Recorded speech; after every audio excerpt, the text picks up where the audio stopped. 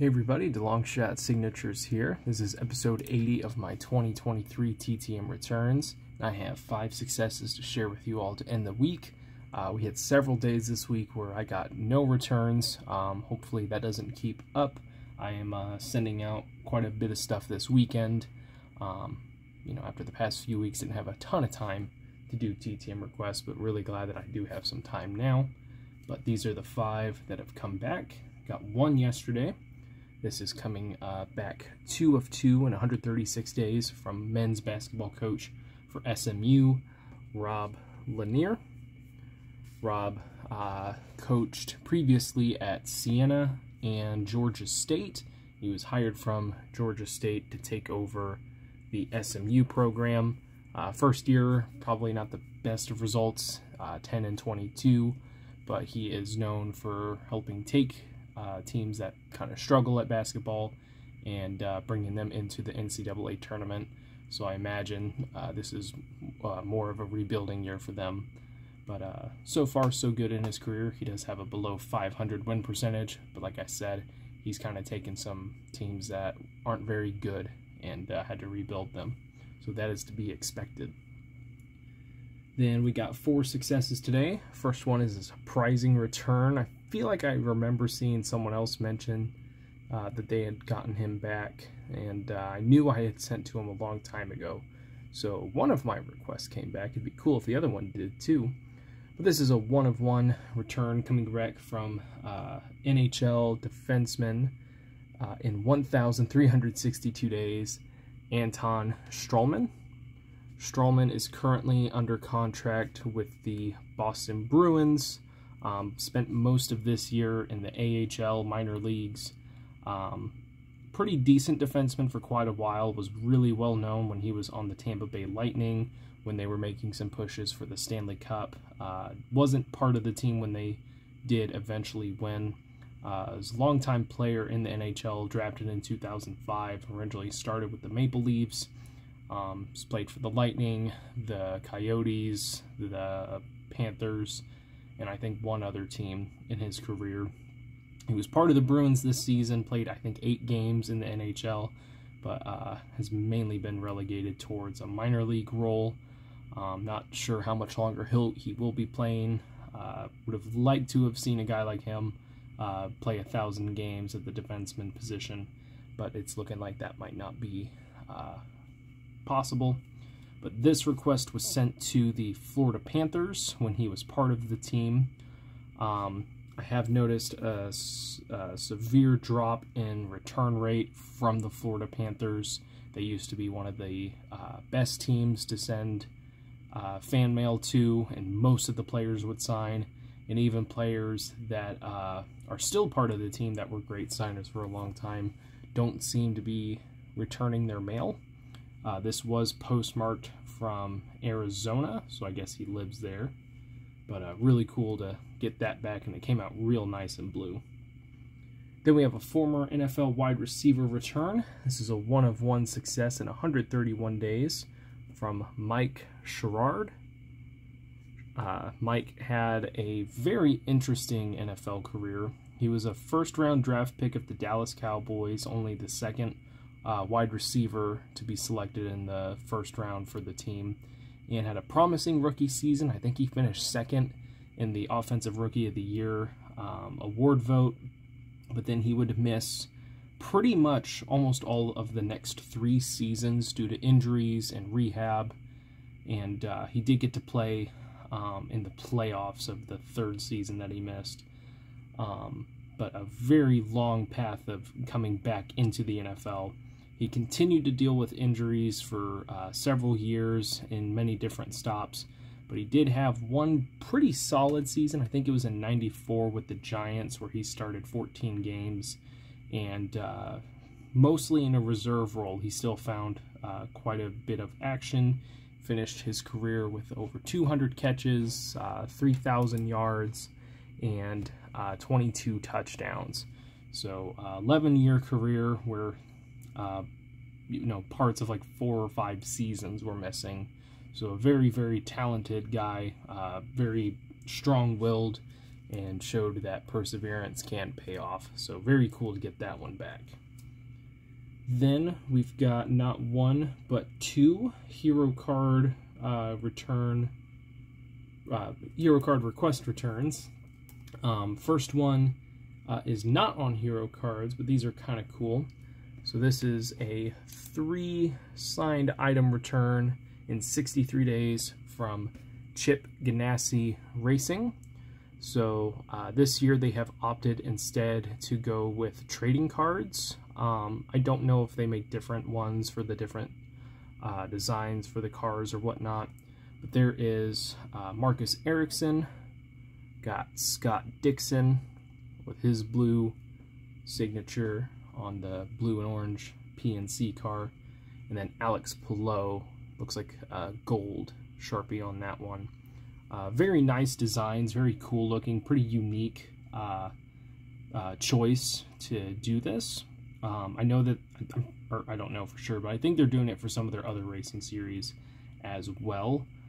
So it's a pretty cool concept. Unfortunately, no Takuma Sato or Marcus Armstrong autograph for that matter. Either one of those would have been fine, so I'll have to send to Marcus separately to add him to the collection.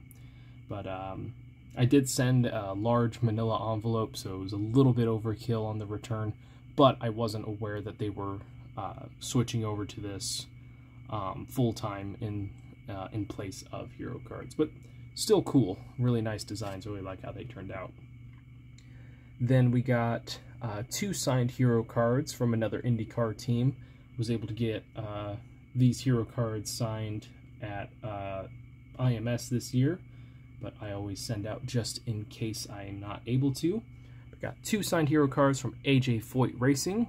So we got Benjamin Peterson, the Indianapolis 500 Rookie of the Year, and Santino Ferrucci, who really looked like he had a chance to win it all.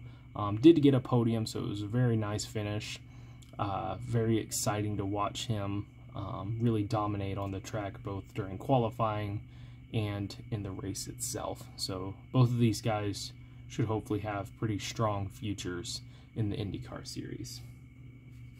So that is it for the TTMs, but if you would like to stick around, I also have some friend mail from a longtime YouTuber and longtime friend, Caleb Craig of Caleb's Cards.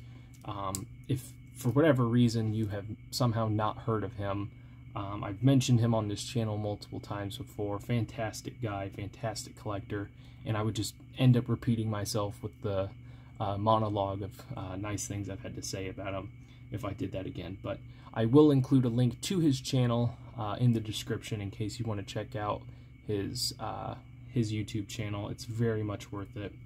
Just a great guy in the community altogether.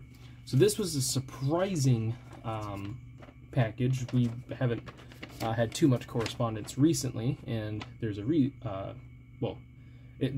it's a surprise. He included this letter. Said, "Hello Landon, I thought I would bring my local antique mall to you."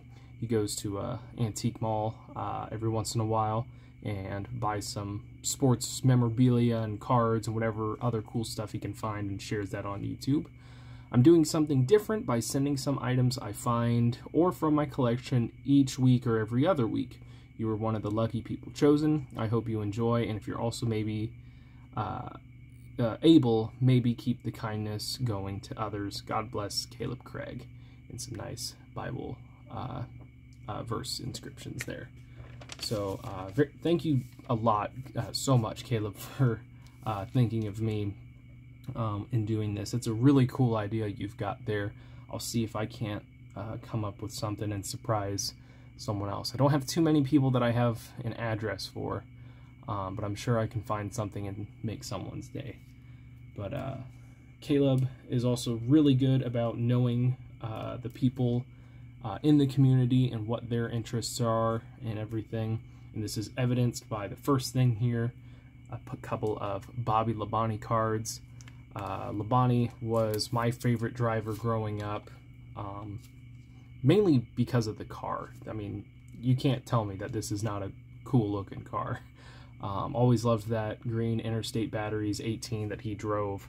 I don't think I ever got to really witness him win. Potentially I have a story that I got to witness his last win, but I don't know for sure if that's true. I would have only been about 3 or 4 years old at the time. But fantastic guy. Hope to meet him someday. So thank you, Caleb, for those cards. I really like that Trophy Dash one where it shows his card, or his car. Then he sent one of these Legends of Indy card sets. I think I've had a couple of cards from this set in my collection from a large lot of stuff that I purchased, but I don't know if I have the full set. So we'll go through this real quick if I'm able to open it. So here we have the start, of course, along that legendary front stretch. Largest starting field. Looks like it's got like a lot of historical stuff. Norman Batten's Bravery. Very strange way to drive a car, but kind of cool. A Turbine Almost Wins. It's from 67. I think that's Parnelli Jones's card, based off of the description on the back. Fajol's Twin Coach Special. Very strange machines they made back in the day. I do believe I have this card signed already by AJ Foyt. Got that several years ago. Transporters. Holland in the Easy Sign. Track Founders. Do remember seeing this card before after the first time I went to the Indy 500, because this is where I've been spending a lot of my time at IMS, is in this garage area. Pretty unique setup and everything.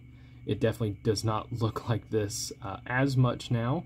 They've made a lot of renovations to it, but it's cool to see how this was considered new in 85, and I think that's what it was. Or 86. 85 was the last year they had the old one, so 86 is when they made this. The brick surface, still keeping the old yard of bricks. A rear engine Almost Wins. This is Jim Clark, Dan Gurney. Not sure if those two are still alive. And then some motorcycles. So should be able to find some TTM fuel and all that. Could really have anyone sign this card. So that's pretty cool. He also included a pack of 1991 Max race cards. This is a set that I have worked on in the past. I think I started that around 2016. Even though since then a number of drivers or people involved in the sport in this set have stopped signing or have since passed away, the 1991 Max NASCAR set is a fantastic one to work on if you are looking to add some vintage NASCAR names to your collection. So we're going to open this up. I still have a lot from the 1994 Max set that I need to get signed, so maybe get some additional TTM fuel with these ones. So right at the start we have a misprint card. This is supposed to be Doug Richert, but for whatever reason they spelt it Rug Richert on it. I do believe I have that one signed. Memorable moments. This is of Alan Kulwicki, who unfortunately is no longer with us. Butch Mock, he's been a good signer. Elmo Langley, I don't know if he's still alive. A Kyle Petty Memorable Moments card, he's a great signer. Dale Bryant, I think I've gotten him before. Ricky Pearson, and then his dad, David Pearson, Hall of Famer who passed away a few years ago. 1990 race number 19, that is Mark Martin. We got race 23, Bill Elliott. Looks like he is no longer signing through the mail. 1990 race 4, the late great Dale Sr. Tommy Ellis, he's a great signer. Dave Resendez, great signer. Memorable moments from 1990. There's several cars involved in that crash. Looks like it's at a Darlington race. This one has Ernie Irvin, one of the Bodines, Mark Martin, and Sterling Marlin on the card. And then legendary driver and owner, Donnie Allison, brother of Bobby Allison. He's a great TTMer as well. So again, thank you so much for thinking of me, Kayla. These are really, really cool. I'll have to look through and see what I can get signed here in the coming days. Appreciate you thinking of me, and I will try to put something together and send that someone's way to keep that going forward. And I'll be sure to mention what you did for me. So thank you guys for watching. I really appreciate it. It helps me out a lot. Best luck with your guys' collecting. Take care.